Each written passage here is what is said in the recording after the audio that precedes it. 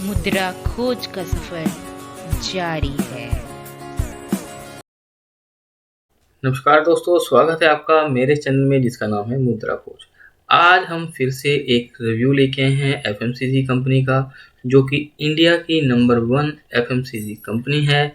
और बात करेंगे पूरी डिटेल में, जानेंगे कंपनी के प्रोस्पेक्टिव्स। कंपनी का नाम गोदरेज कंज्यूमर प्रोडक्ट्स है। 2001 से अपना बिजनेस कर रही है ऑल ओवर इंडिया में, और day by day, year by year company ने खुद को एक्सपेंड किया है। जानेंगे पूरी डिटेल में कंपनी के बारे में, और कंपनी की डिटेल, कंपनी की फाइनेंशियल्स के बारे में, कंपनी के प्रोस्पेक्टिव्स के बारे में, पास्ट में क्या ग्रोथ दी है और क्या ये आने वाले समय में ग्रोथ के क्या चांसेस हैं। वैसे ही बात करेंगे जैसे कि हम हर बार करते हैं। ये हमारी 7th वीडियो है। अगर इससे पीछे के स्टॉक रिव्यू आपने नहीं देखे तो आप प्लीज़ हमारे चैनल पे विजिट कर सभी एफएमसीजी कंपनी के स्टॉक रिव्यू देख सकते हैं। आने वाले समय में और सेक्टर्स के रिव्यू आप देखेंगे। पहले हमने एफएमसीजी कंप्लीट किया है गोदरेज कंज्यूमर प्रोडक्ट का। जानेंगे कंपनी के बारे में पूरी डिटेल में, कंपनी के क्या प्रोस्पेक्टिव्स हैं, कंपनी के फाइनेंशियल्स के बारे में, कंपनी की ग्रोथ के बारे में, और पास्ट में कंपनी ने क्या रिटर्न दिया है अपने इन्वेस्टर्स को। वन बाय वन सब समझेंगे। आइए शुरू करते हैं। तो बात करते हैं सबसे पहले कंपनी के प्रोफाइल के बारे में। जैसे कि कंपनी का नाम मैंने आपको बताया, गोदरेज कंज्यूमर प्रोडक्ट लिमिटेड है। और कंपनी फाउंडर की बात करेंगे तो कंपनी 2001 में फाउंडेड हुई थी, यानी कि 2001 से कंपनी अपना बिजनेस इंडिया में और आउट ऑफ इंडिया कर रही है। इंडस्ट्री की बात करेंगे तो कंपनी एक फास्ट मूविंग कंज्यूमर गुड्स की कंपनी है, यानी कि एफएमसीजी सेक्टर की एक लीडर कंपनी है। हेडक्वार्टर की बात करेंगे तो कंपनी का हेडक्वार्टर मुंबई में है, और क्योंकि कंपनी भी मुंबई बेस्ड है। अब बात करते हैं कंपनी के एडवांटेज की। कंपनी के पास 10 ऐसे ओल्ड ट्रस्टेड ब्रांड हैं जिनके अंडर कंपनी के बहुत से सिंगल की यूनिट्स हैं, जो कि ऑल ओवर इंडिया में और out of India company sell out करती है, और जो कि कंपनी के बहुत स्ट्रॉन्ग ब्रांड हैं। बात करते हैं अब कंपनी की एक यूनिक यूएसपी की। कंपनी एक यूनिक यूएसपी पे काम करती है, जिसे company go to market strategy कहती है, जिससे कंपनी इमर्जिंग मार्केट्स में अपना स्ट्रेंथ और मजबूत करती है, और अपनी जो रीच है, जो अपनी डायरेक्ट रीच है, हर आउटलेट में, हर विलेजेस में ज़्यादा से ज़्यादा बढ़ाने में हेल्प मिलती है कंपनी को। कंपनी ऑल ओवर इंडिया में 80,000 गाँव में आने वाले 3 सालों में अपनी पहुंच बना लेगी, और कंपनी का आने वाले टाइम में फोकस है कि 5,000 पॉपुलेशन गाँव को भी कंपनी कवर करेगी, जो कि कंपनी का नेक्स्ट टारगेट है। बात करते हैं अब प्रोडक्ट वाइज रेवेन्यू ब्रेकअप की। पर्सनल केयर की बात करें तो कंपनी का 22% का रेवेन्यू आता है, एंड हेयर केयर की बात करें तो 31% का रेवेन्यू आता है। हाउस होल्ड की बात करें तो 28% का रेवेन्यू आता है। एयर केयर की बात करें तो 8% का रेवेन्यू आता है, और अदर कैटेगरी से कंपनी का 11% का रेवेन्यू आता है। ओवरऑल एक स्पेसिफिक कैटेगरी की बात करें हेयर एंड केयर की, जहां पे कंपनी का 90% रेवेन्यू अफ्रीका और यूएसए एंड मिडिल ईस्ट से आता है। अब बात करते हैं सेगमेंट एंड कैटेगरी की, यानी कि कंपनी कौन कौन सी सेगमेंट और कैटेगरी में अपना बिजनेस करती है। सबसे पहले है सोप, उसके बाद hair colour, liquid hand wash, pest killing products, baby care products, air fresher products, premium personal care products, air fresher products. Company इन सभी कैटेगरी में अपना बिजनेस करती है, और इन सभी कैटेगरी में के अंडर कंपनी के पास बहुत से स्ट्रॉन्ग और ट्रस्टेड ब्रांड हैं, जो कि कंपनी को मार्केट में एक एफएमसीजी कंपनी की लीडर कंपनी बनाते हैं। अब बात करते हैं प्रीमियम फ्रॉम जियोग्राफिक रीजन की, यानी कि कंपनी अपना एफएमसीजी का जो बिजनेस है कहाँ कहाँ से करती है, और कहाँ कहाँ से कितने कितने % का कंट्रीब्यूशन आता है। सबसे पहले बात करते हैं कहाँ कहाँ पे बिजनेस है कंपनी का। कंपनी का बिजनेस जो है इंडिया में, इंडोनेशिया में, यूएसए में, मिडिल ईस्ट में, लैटिन अमेरिका में, केन्या में, साउथ अफ्रीका में, घाना एंड तंजानिया जैसी कंट्रीज में कंपनी अपना बिजनेस करती है। और अब बात करते हैं कैटेगरी वाइज रेवेन्यू की, यानी कि कहाँ से कंपनी का कितना रेवेन्यू आता है। तो इंडिया की बात करेंगे तो इंडिया में कंपनी का 55% का रेवेन्यू है, और इंडोनेशिया से 17% का रेवेन्यू है, अफ्रीका से 24% का रेवेन्यू है, और लैटिन अमेरिका से ओनली 4% का रेवेन्यू है। इंडिया का जो रेवेन्यू भी कंपनी का आज 55% है। स्टार्टिंग में इंडिया से कंपनी का रेवेन्यू जो आता था 78% था, जो आज की डेट में रिड्यूस होकर 55% हो गया है। और कंपनी का जो अब्रॉड का बिजनेस था, जो पहले 22% था, आज बढ़कर 46% के आसपास हो गया है। इसका मतलब यहाँ पे ये है कि कंपनी ने अपना जो प्रेजेंस है इंडिया से बाहर बहुत तेजी से एक्सपेंड किया है, और जहाँ पे बिजनेस कंपनी का 44% पहुँच गया है और पिछले 20 सालों में, तो इससे कंपनी की ग्रोथ और स्ट्रेंथ हम देख सकते हैं। अब बात करते हैं कंपनी के एक्विजिशंस की। कंपनी ने 2016 में नेचुरल LLC के नाम से एक ब्रांड को एक्वायर किया था, जो कि 2000 करोड़ रुपए के आसपास की डील थी। और ये कंपनी वुमेन्स हेयर कलर में साउथ अफ्रीका में एक लीडिंग कंपनी है, जिससे कंपनी को और ज़्यादा मजबूती मिली आउट ऑफ इंडिया में बिजनेस में। अब बात करते हैं दूसरे एक्विजिशंस की। कंपनी ने डार्लिंग ग्रुप में 51% का स्टेक लिया था 2013 में, और उसके बाद 2014 में रेस्ट 49% का स्टेक लिया था, जो कि ओवरऑल अफ्रीका की 14 कंपनी में अपना बिजनेस करती है। और इन्हीं दोनों डील्स के कारण कंपनी का जो 90% रेवेन्यू है हेयर सेगमेंट का, वो आउट ऑफ इंडिया से आता है। अब बात करते हैं लार्ज डिस्ट्रीब्यूटर नेटवर्क की। किसी भी एफएमसीजी कंपनी के लिए या फिर किसी भी कंपनी के लिए लार्ज डिस्ट्रीब्यूटर और नेटवर्क स्ट्रॉन्ग होना बहुत ज़रूरी है, जो कि यहाँ पे दिखाई दे रहा है। कंपनी ऑल ओवर इंडिया में 8 मिलियन आउटलेट्स को सर्व करती है। डायरेक्ट रीच है कंपनी की, जो कि पार्ले, ब्रिटानिया और हिंदुस्तान लीवर के बाद तीसरी बड़ी कंपनी की रीच है। और कंपनी 66,000 गाँव में अपना खुद डायरेक्ट या सब डिस्ट्रीब्यूटर के साथ काम कर रही है, ताकि हर तरह का कस्टमर कंपनी की पकड़ में रहे। और यही कारण है कि जो भी कंपनी का business day by day grow कर रहा है और डे बाय डे ग्रोथ कर रही है इन ऑल प्रोस्पेक्टिव्स। अब बात करते हैं कंपनी के ब्रांड्स के बारे में। वैसे तो कंपनी के अम्ब्रेला में, कंपनी के पोर्टफोलियो में बहुत से ब्रांड्स हैं, लेकिन यहाँ पे कुछ सिलेक्टेड ब्रांड्स हैं जिनके बारे में हम यहाँ पे देखते हैं।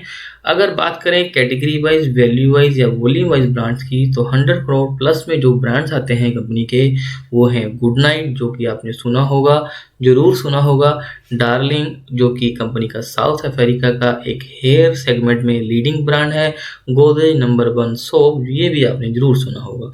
अगर 500 से 1000 करोड़ रुपए तक की बात करें तो हिट, संथोल और गोदरेज एक्सपर्ट, जो कि हेयर एंड कलर में कंपनी का इंडिया में ब्रांड है। और 250 से 500 करोड़ की बात करें तो me too baby care and Stella and Godrej air fresher, जो आपने सुना होगा जरूर, जो कि कंपनी की ये ऐसे 10 ब्रांड हैं जो कि कंपनी के रेवेन्यू में 70% का कंट्रीब्यूशन करते हैं। इसके अलावा कंपनी के पास और भी कई ऐसे ट्रस्टेड ब्रांड्स हैं, जैसे कि इंटेको, डार्लिंग, हिट, इजी, इशू, इस तरह के बहुत से ऐसे ब्रांड हैं कंपनी के पास, जो कि कंपनी को रेवेन्यू में और कंपनी के बिजनेस में कंट्रीब्यूशन कर रहे हैं। आइए अब बात करते हैं कंपनी के फाइनेंशियल्स की, क्योंकि फाइनेंशियल्स की बात करना ज़रूरी है, क्योंकि जब भी किसी की स्टॉक को या फिर कंपनी को हम समझें तो फाइनेंशियल्स को समझना बहुत ज़रूरी है। यहाँ पे हम सबसे पहले नज़र डालते हैं ऑपरेटिंग प्रॉफिट पे। कंपनी को कंपेयर करेंगे इसके कंपटीटर के साथ, जो कि एफएमसीजी सेक्टर के ही प्लेयर हैं। बात करते हैं ऑपरेटिंग प्रॉफिट की सबसे पहले, जिसमें गोदरेज का ऑपरेटिंग प्रॉफिट 2399 करोड़ है, और डाबर की बात करेंगे तो 2002 करोड़ है, और मैरिको 1599 करोड़ है, और इमामी 880 करोड़ है, और ज्योति लैबोरेटरी 315 करोड़ है, और बजाज कंज्यूमर केयर 243 करोड़ है। यहाँ पे ऑपरेटिंग प्रॉफिट में के मामले में कंपनी सबसे आगे है, यानी कि कंपनी का operating profit as compare with the competitor सबसे ज़्यादा है। आइए अब नज़र डालते हैं नेट प्रॉफिट पे। बात करेंगे गोदरेज की तो 1721 करोड़ रुपए, डाबर 1693 करोड़ रुपए, मैरिको 1172 करोड़ रुपए, इमामी 455 करोड़ रुपए, ज्योति लेबोरेटरी 199 करोड़ रुपए और बजाज कंज्यूमर केयर 223 करोड़ रुपए। यहाँ पे भी नेट प्रॉफिट में भी कंपनी सबसे आगे है नेट प्रॉफिट के मामले में एज कंपेयर विद कंपटीटर। अब देखते हैं रिटर्न ऑन इक्विटी। अगर बात करेंगे 10 साल की तो 23% है, अगर बात करेंगे 5 साल की तो 22% है, अगर बात करेंगे 3 साल की तो 19% है और लास्ट ईयर में 17% है। रिटर्न ऑन इक्विटी हमें यहाँ पे ये बताती है कि कंपनी ने या स्टॉक ने अपने शेयर होल्डर्स को उस पर क्या रिटर्न दिया है स्पेसिफिक एक समय में। तो अब बात करते हैं आरओसी की।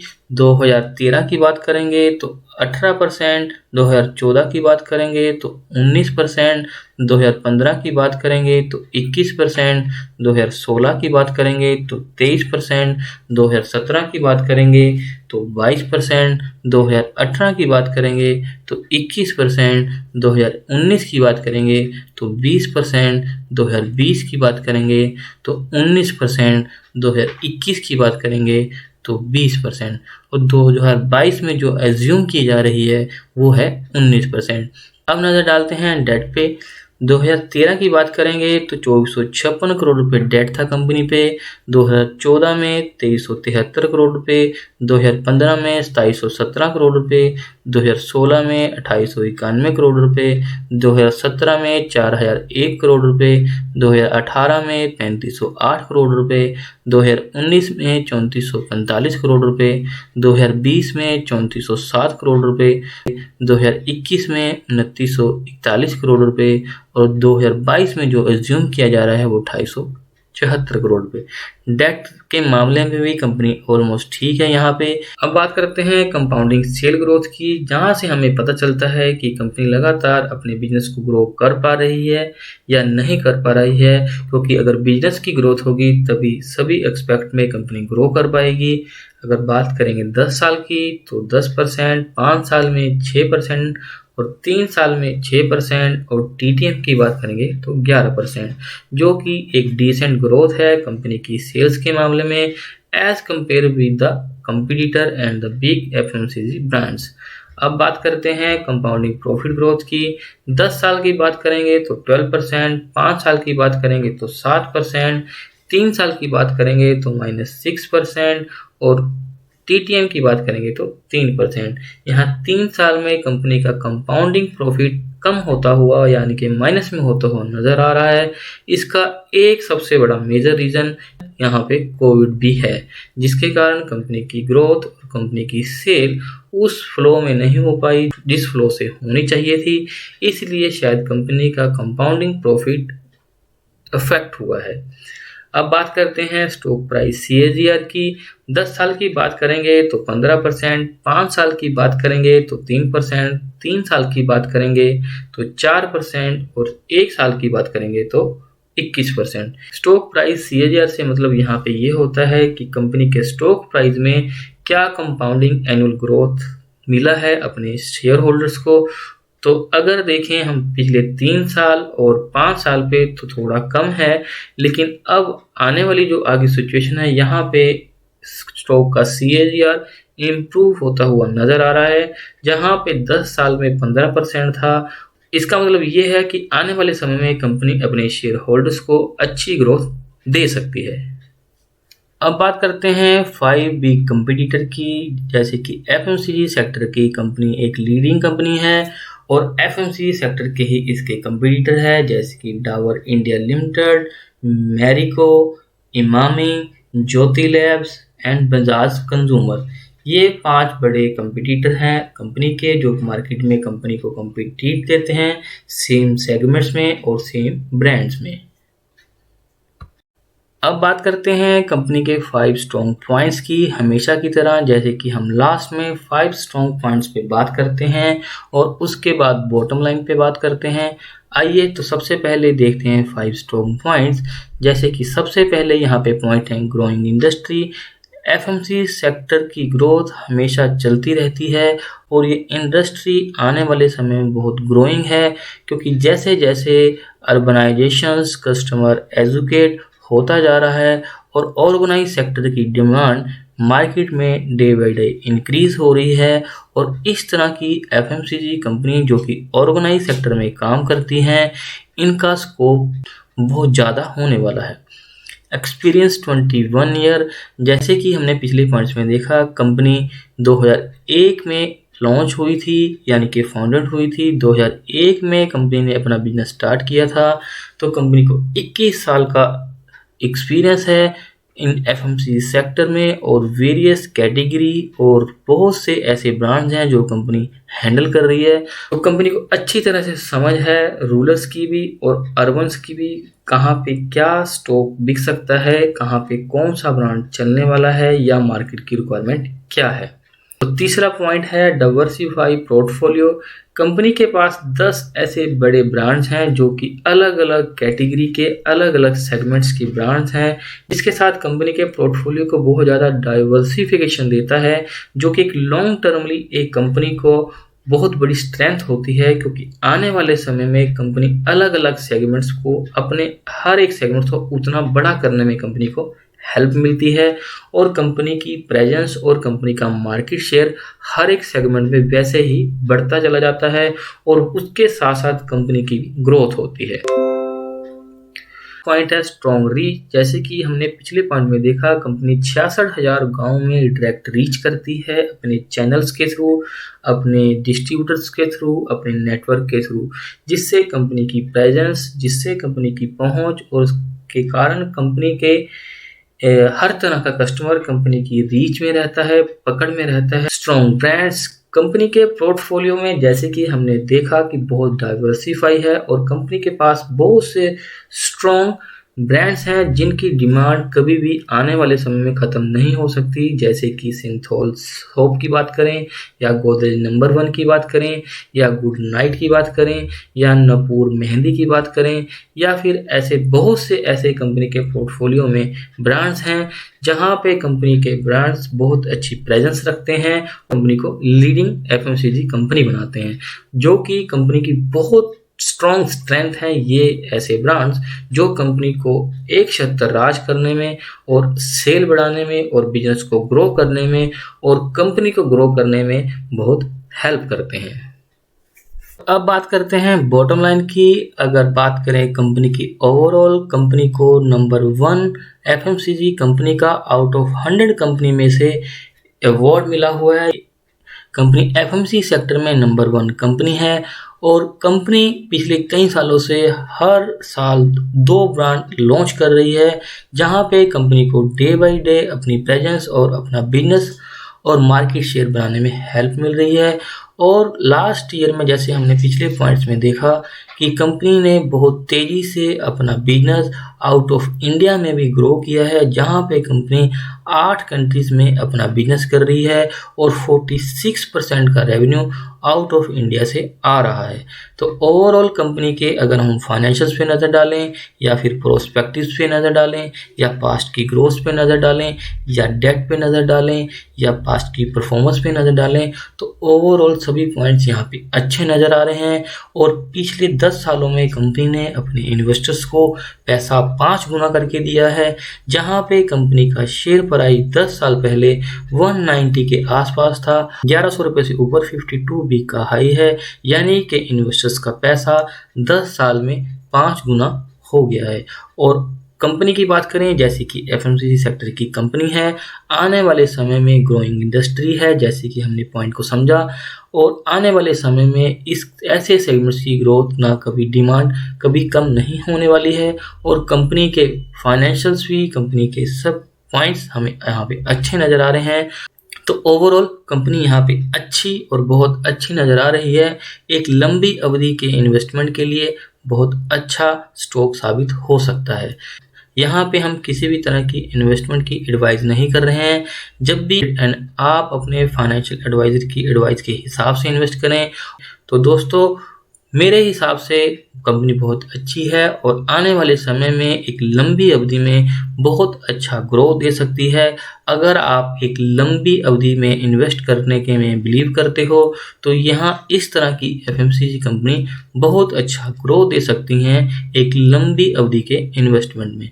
दोस्तों, वीडियो अच्छा लगा हो तो लाइक कीजिएगा, दोस्तों के साथ शेयर कीजिएगा, चैनल को सब्सक्राइब कीजिएगा। धन्यवाद। मिलेंगे एक नई वीडियो के साथ, नए स्टॉक के एनालाइज के साथ। धन्यवाद।